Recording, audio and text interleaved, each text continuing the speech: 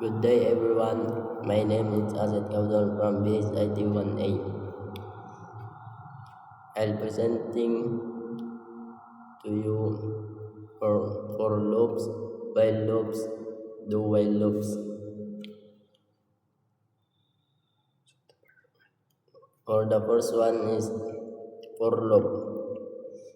This code defines a class name for loop 1A and contains a main method which is the starting point of the program. Inside the main method there is a for loop that starts with the variables set to 10. The loop continues to run as long as is greater than 0. 0 greater than in each loop cycle the value of a is printed using system out print. After printing the statement, a decreases the value of a by 1. This makes the loop print the numbers 10 down to 1. When a becomes 0, the condition becomes false and the loop stops.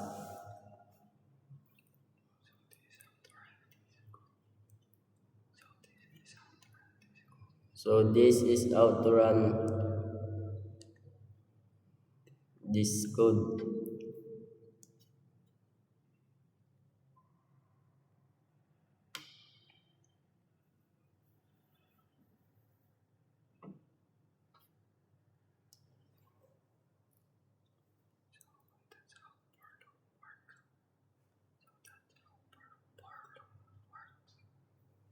So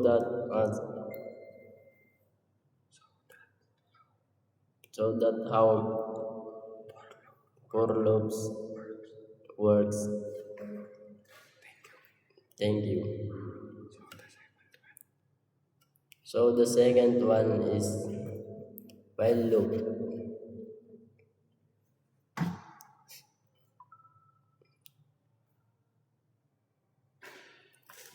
The program is start by declaring an integer variable called number and set its value to 10. It uses a while loop, which means the loop will continue running as long as the condition is true.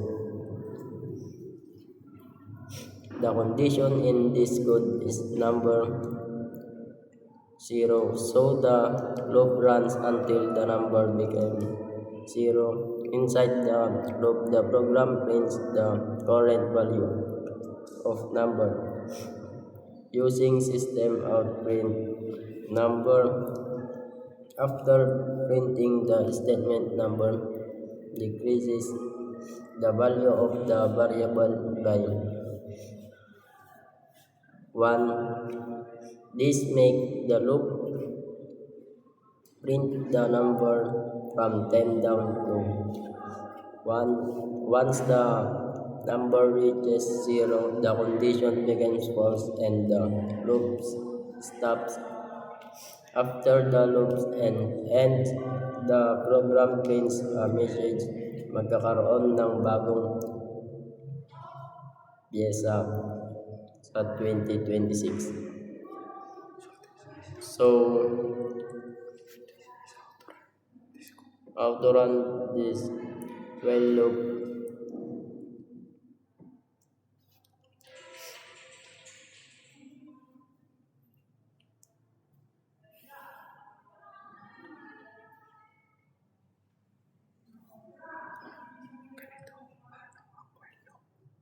So ganito ang paano ang while loop. So punta na tayo sa do while loops.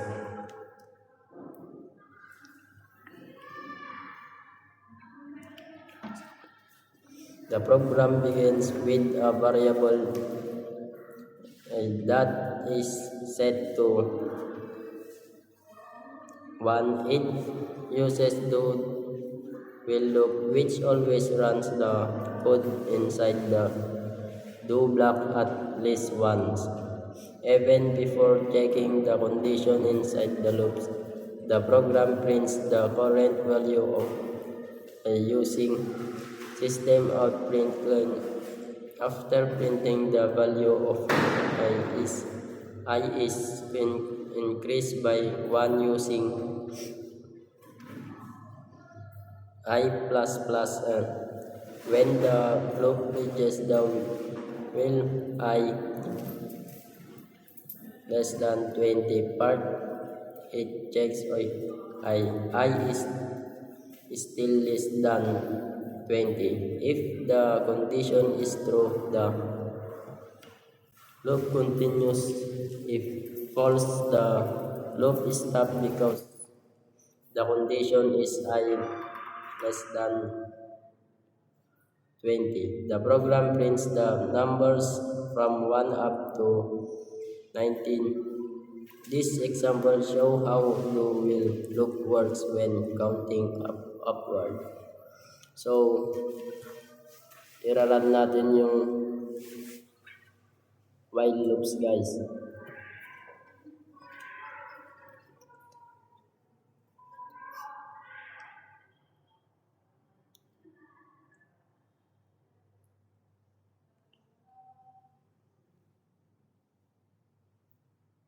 So, ito na guys.